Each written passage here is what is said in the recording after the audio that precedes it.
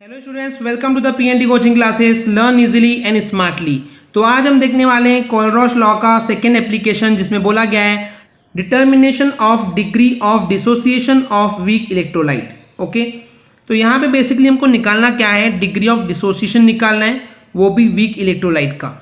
तो आपको तो पता है स्टूडेंट्स कि वीक इलेक्ट्रोलाइट क्या होता है, एक ऐसा इलेक्ट्रोलाइट जो कि कंप्लीटली डिसोसिएट नहीं होता है, इट मीन्स इनकम्प्लीट डिसोसिएट होता है। ओके, ये हमने पिछले वीडियोस से लगातार डिस्कस करते आ रहे हैं, तो आपको इतना तो पता होगा। अगर आपने वीडियोस नहीं फॉलो करें तो पहले आपको हमारी इस चैप्टर की प्रीवियस वीडियोस को देखना चाहिए। ओके, तो अगर मैं सबसे पहले एकदम सिंपल टर्म से बोल दूं कि ये डिग्री ऑफ डिसोसिएशन को फॉर द वीक इलेक्ट्रोलाइट कैसे निकाला जाता है, तो उसका फॉर्मूला होता है that is degree of dissociation, that is alpha is equal to Kpm with respect to concentration C whole upon Kpm with respect to the infinite dilution. Okay, infinite dilution क्या होता है ये हमने पिछले वीडियो में, जिसमें कोलरॉश लॉ हमने explain किया, उसी में बताए थे। पूरा इन डेप्थ कंसेप्ट समझाए हैं स्टूडेंट्स, वो भी बहुत कम टाइम में बहुत क्लियरली समझाए हैं। आपको पहले वो वीडियो देखनी चाहिए। ओके, तो ये होता है फॉर्मूला डायरेक्टली, इसके अलावा कुछ भी नहीं है इस टॉपिक के अंदर। बट अगेन कुछ कंसेप्ट है जहाँ पे मैं समझाना चाहूंगा इस टर्म्स को ज़्यादा ईजी वे से, कि एक्चुअली ये जो मोलर कंडक्टेंस की जो वैल्यूज होती है वो डिपेंड करती है डिग्री ऑफ डिसोसिएशन के। Okay, and degree of dissociation की बात करें मतलब वो इलेक्ट्रोलाइट के केस में हम अभी बात कर रहे हैं। ओके, अब यहाँ पे क्या होता है, दो कंडीशन है।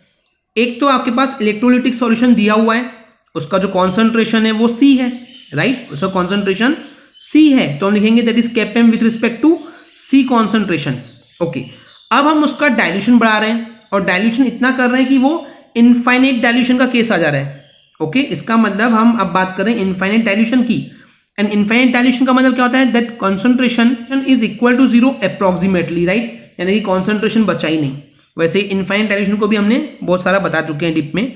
अब यहाँ पे क्या होता है कि जैसे जैसे हम डाइल्यूशन बढ़ाते हैं या फिर इनफाइनाइट डाइल्यूशन पे लेके जाते हैं, तो क्या होता है, वो वीक इलेक्ट्रोलाइट का जो मोलर कंडक्टेंस की जो वैल्यू है वो बढ़ते जाती है ग्रेजुअली, राइट, वो बढ़ते बढ़ते बढ़ते एक टाइम तक सैचुरेशन कंडीशन तक पहुंच जाती है।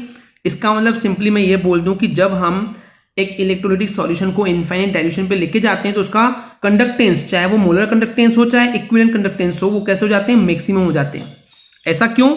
क्योंकि दो रीजन है। एक तो जो चार्जेस थे, जो आयंस थे, वो कंप्लीटली आयनाइज हो जाते हैं, राइट। इलेक्ट्रोलाइटिक सॉल्यूशन का क्या होता है, जो इलेक्ट्रोलाइट है वो कंप्लीटली आयनाइज हो जाता है। ओके, तो आयंस बढ़ गए, आयंस बढ़ गए मतलब जितने ज्यादा आयंस होंगे उतनी ज्यादा इलेक्ट्रिसिटी फ्लो होगी, तो उतनी ही ज्यादा कंडक्टेंस होगी। First reason. सेकेंड रीजन, अब उन आयंस के बीच में अट्रैक्शन फोर्स कम रहेगा। क्यों? क्योंकि यहाँ पे इनफाइनाइट डाइल्यूशन हो गया, मतलब बहुत स्पेस है, राइट, एक दूसरे को खींचेंगे नहीं, तो फ्रीली मोबिलिटी होगी, यानी कि फ्रीली होके वो मूव कर सकते हैं, तो इस वजह से भी कंडक्टेंस की जो वैल्यू वो बढ़ जाती है। ओके, एंड जब ये ऐसा होता है, वो कंप्लीटली आयनाइज हो जाता है इनफाइनाइट डाइल्यूशन की कंडीशन पे, तो उस समय जो डिग्री ऑफ डिसोसिएशन होती है वो 1 होती है, that is unity. Always remember, ये आप क्लास 11 में वैसे तो पढ़ के आए हैं। ओके, आपने इक्विलिब्रियम के चैप्टर में सब पढ़ के आए क्लास 11 में। But again I am telling you कि जब भी ऐसा होता है कि कंप्लीटली वो आयनाइज हो जाता है, डिसोसिएट हो जाता है, तो उस कंडीशन में हमेशा रिमेंबर करना ये चीज कि डिग्री ऑफ डिसोसिएशन यूनिटी होती है, दैट इज 1 होती है।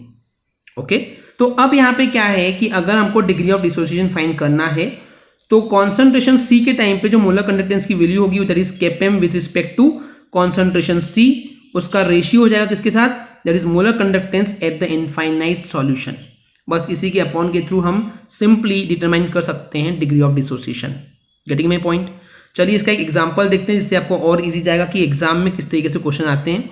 तो क्वेश्चन यहाँ बोला गया है कि for 0.01 molar solution of NH4OH ammonium hydroxide if Kpm with respect to concentration C is equal to 9.33, यानी कि इनिशियल कंडीशन के लिए, right, that is ohm inverse centimetre square and mole inverse, and उसी के लिए Kpm ऑफ इनफाइनाइट डाइल्यूशन पे क्या है value, that is 238.0 ohm inverse square centimetre mole inverse, then determine the degree of dissociation of 0.01 molar NH4OH solution.